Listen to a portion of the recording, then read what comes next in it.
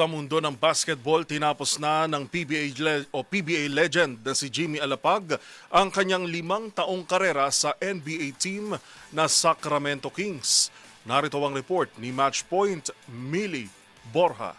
Formal nang nagtapos ang pananatili ni PBA at Gilas Pilipinas legend Jimmy Alapag sa Sacramento Kings matapos ang halos 5 taon sa NBA organization. Sa pamamagitan ng social media, inanunsyo ni Alapag ang kanyang pag-alis at nagpasalamat sa Sacramento para sa pagkakataong matupad ang matagal na niyang pangarap na makapag-coach sa NBA. Unang sumali si Alapag sa Kings organization noong 2019 sa pamamagitan ng G-League affiliate sa Stockton Kings. Noong 2023, na-promote siya bilang player development coach ng Sacramento Kings sa ilalim ni head coach Mike Brown. Sa kanyang pananatili sa koponan, nakatrabaho ni Alapag ang ilang NBA players at lalo pang nahasa ang kanyang karera bilang coach. Bago ang kanyang NBA coaching journey, nakilala si Alapag bilang isa sa pinakamahusay na manlalaro sa PBA, kung saan nanalo siya ng 6 na kampyonato at 2 Finals MVP awards. Hindi pa inaanunsyo ni Alapag kung ano ang susunod niyang hakbang matapos lisanin ang Sacramento Kings. Samantala, nagtapos ang Kings sa 2025-2026 NBA season